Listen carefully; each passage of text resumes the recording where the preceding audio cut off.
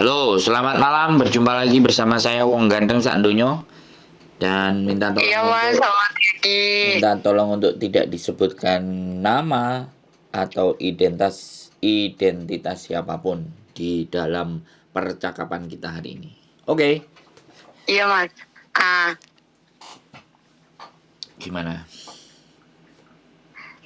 Mas gini, sekarang aku itu udah di Indo ya. Hmm, Pertengahan bulan 11 kemarin tanggal 21 itu nyampe rumah. hmm, Aku di majikan kedua itu selama 2 tahun 3 bulan. hmm, Tapi selama 2 tahun itu aku nggak pernah libur.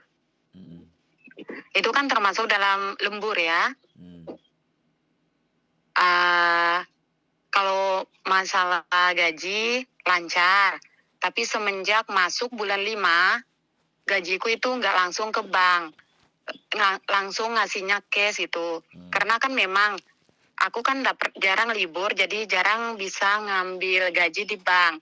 hmm. Yang apa namanya? eh Selama 2 tahun itu aku jarang keluar. Tapi kalau masalah ke gereja, iya. Kalau sempat ke gereja, palingan langsung ngambil gaji. Tapi Hmm. sebelum aku pulang ke Indo itu, aku sama sama mantan majikan. Belum apa namanya? Dia itu belum ngasih semuanya atas hak-hakku itu loh. Hmm. Dia juga apa namanya? Janjinya itu setelah nyampe Indo, uang sebanyak ini, uang lembur, uang makan, uang cuti, sama uang penambahan tiket, uang taksi akan dicicil sebanyak 6 atau 7 kali. Aku iyakan kan. Habis itu dari bulan 1 aku komunikasi sama dia sampai bulan 2. Dia janji-janjinya atas pengiriman gaji aku itu, gajinya juga selama 2 bulan di bulan kedua dari akhir, berarti bulan 10 sama 9 pertengahan sampai bulan 11 itu kan belum dikasih. Pas keluar rumah itu dikasih cuman 2.000, uang tiketnya udah, cuman penambahannya aja. Terus kira-kira gimana itu Mas? Sedangkan aku udah di Indo. Saya tanya, waktu penyelesaian samen kontrak dengan majikan, apakah agen tidak dilibatkan? Libat. Terus? Agent itu sering ngasih tahu kalau masalah belanja sendiri atau uang makan gitu ya. Hmm. Jangan pakai uangmu, pakai uangnya majikan. Tapi mau gimana? Loh, enggak, maksud Agent saya itu, sebentar. Yang ingin saya tanyakan kan setiap samen keluar itu kan semuanya harus diselesaikan toh, Mbak. Enggak harus nunggak 2 bulan, iya, 3 bulan, 4 bulan kan harusnya adalah. Sekarang pertanyaan saya, samen ini ada kesepakatan yang pakai tanda tangan bahwa samen tidak menagih atau bahkan nggak mereka. ada, nggak ada. Nah, kalau nggak ada kesepakatan gimana samen bisa membuktikan ke labor tuntutan sampean? Benar nggak? Benar nggak saya ngomong? Iya sih, Benar nggak saya ngomong? iya benar, Harusnya benar. begitu samen keluar, itu tidak lebih dari seminggu, semua tanggungan majikan itu harus selesai hari itu juga. Samen harus kirim ke labor bahwa apa yang belum diberikan. Kalau agent mau bantu, bantu. Kalau agent nggak mau bantu, samen ke labor sendiri untuk menyelesaikan itu semuanya. Nah sekarang samen tak tanyain, samen ada bukti itu semuanya nggak? Jawaban samen nggak ada. Terus gimana kita berjuangnya? Cuman apa namanya? Dia cuman nulis jumlah uang saja, tapi nggak ada tanda tangan. Nah ya nggak bisa jadi Ya, sesuatu yang valid dong mbak. Jadi aku cuman berpikir kenapa samen sekali lagi ya kalau ada hutang ada segala sesuatu nggak harusnya diselesaikan. Jarak 7 hari setelah samen keluar, majikan berkewajiban untuk memberikan hak-hak sampean. Kalau tidak, maka dia akan dikirimin surat oleh labor. Kita sampaikan ke labor. Kalau agensi sudah tidak bisa juga menolong dan membantu. Lah kalau sampean sampai lebih dari 1 minggu, sampean baru urus dan sekarang sampean baru tanya ke saya.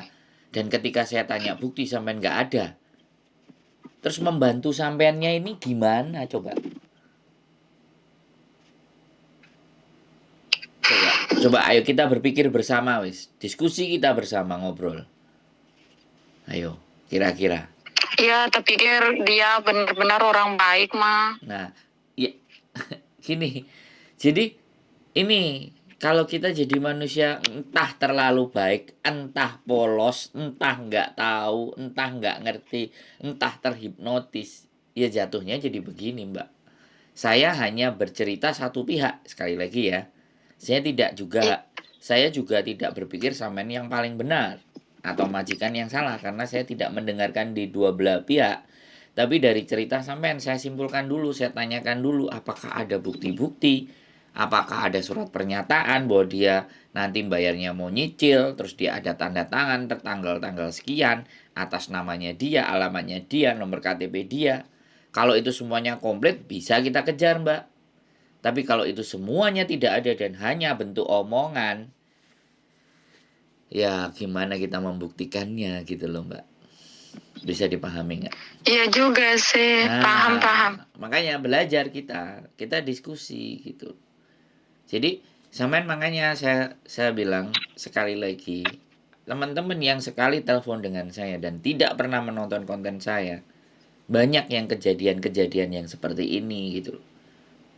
Karena teman-teman itu akan cari kita kalau sudah kena masalah. Itu sudah umum. Nah, sebelum kena masalah harusnya kita cari tahu dong persoalan-persoalan, karena sampean menganggap semua orang baik. Ternyata sampean yang nggak dibaikin. Nah, gimana coba?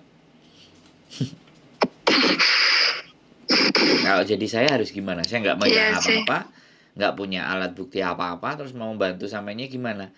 Ya membantunya hanya dengan doa.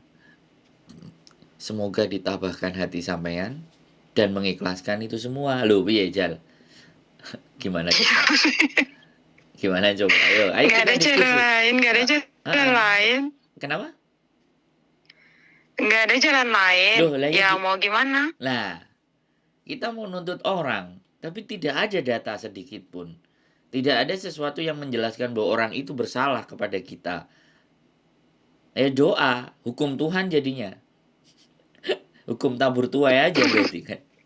Doa aja yang rajin supaya nanti dikembalikan dengan jalan dan cara yang lain. Kan begitu jatuhnya, Mbak. Iya. Nah, dari kemarin sampean mau telepon-telepon, ternyata telepon persoalannya seperti ini. Jadi sekali lagi ya, kita memang bekerja, tapi kita juga harus menggunakan cara berpikir kita untuk apakah apa yang sudah saya lakukan. Ada yang enggak yang saya ajak diskusi. Ada enggak seseorang yang bisa kita ajak omong sebelum kita memutuskan sesuatu. Akhirnya dengan berbagai macam konten-konten ini, akhirnya mereka sebelum melakukan sebuah tindakan, mereka akan ngajak ngobrol dulu. Akhirnya punya pandangan, sehingga jalannya nggak salah. Karena saya tahu fokusnya teman-teman bukan fokus belajar, bukan fokus memahami, bukan fokus mengerti peraturan. Fokusnya adalah nerima gaji tiap bulan. Fokusnya hanya pada nerima gaji. Sehingga persoalan-persoalan yang di luar gaji mereka nggak akan mikirin. Kelihatannya sampean NTT apa NTB? NTB sini. Terus ada rencana mau balik lagi nggak? Rencananya sih ada, soalnya kalau ditunggu masalah itu 61 lebih ya. Ya makanya caranya. Kalau tunggu dari sini kan nggak ada cara lain, nggak ada jalan lain toh, ya balik ke sana. Nah sekarang gini, kalau saya boleh berpesan kepada sampean, kalau balik sana, yang pertama jangan berpikir sama uang itu, ya satu. Kalau sampean sudah nyampe di Hong Kong lah, baru samperin majikannya. Habis itu setelah disamperin, diajak ngomong, atau sampean telepon dia, sampean pakai loudspeaker, sampean pakai recording. Ya kan, apalagi kalau bahasanya Kantonis lebih enak. Nah, kalau sudah punya rekaman, bukti rekaman, ngomong gitu. terus suratnya juga gitu loh. Sampean ucapkan dengan kata-kata. Suratmu sudah kamu tulis sama aku masih saya simpan, cuman tidak kamu tanda tangani. Terus ini gimana solusinya? Nah, sampean Iya. pancing untuk ngomong-ngomong-ngomong terekor. Nah, setelah terekor baru datang ke labor. Ini rekamannya, ini kertasnya. Kertasnya memang tidak ada tanda tangannya, tapi di dalam recording ini ada pernyataan majikan yang menyatakan memang menandatangani surat itu dan mengiyakan surat itu. Jadi biar tidak kadaluarsa. Surat itu biar ada gunanya, Oh, iya. penguatnya Hmm. adalah recording tadi. Makanya kalau membuktikan sesuatu di dalam persidangan dibutuhkan 2 alat bukti. Atau 1 atau alat bukti, 2 saksi itu udah cukup. Kita udah menang di dalam persidangan. Iya, Mas, paham. Ya, jadi sekali lagi itu kesampingkan dulu. Berfokus dulu berangkat. Kalau udah nyampe di sini baru nanti ditata ulang semuanya strateginya. Barangkali itu masih jadi rezeki sampean bisa kembali ke sampean. Tapi ya itu nanti Iya. labor yang akan Paham. memutuskan. Tinggal bukti-bukti sampean kuat nggak gitu. Membuktikan bahwa memang benar-benar dia punya janji, dia punya tanggungan yang harus diselesaikan ke sampean. Begitu ceritanya Mbak E. Sudah bisa dimengerti, sudah bisa dipahami. Paham.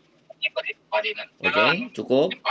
Ada lagi yang kira-kira mau kita Iya. diskusikan atau kita bicarakan?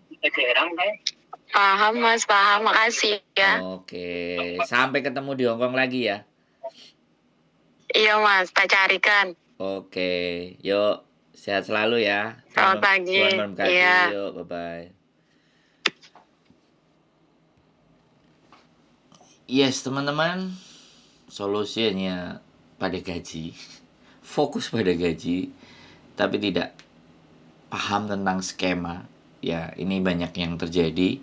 Maka dari situ bolehlah kita berdiskusi terlebih dahulu sebelum teman-teman memutuskan sesuatu. Minimalnya teman-teman mencari banyak pertimbangan. Tetapi pertimbangan-pertimbangan yang logis dan masuk akal. Jangan pertimbangan-pertimbangan yang masih kayak ragu, nggak yakin, dan lebih tidak logis. Itu sangat berbahaya sekali untuk memutuskan sesuatu yang tidak dilandaskan dengan logika. Itu saja. Keep stay tune in my YouTube channel and see you the next video. Bye-bye.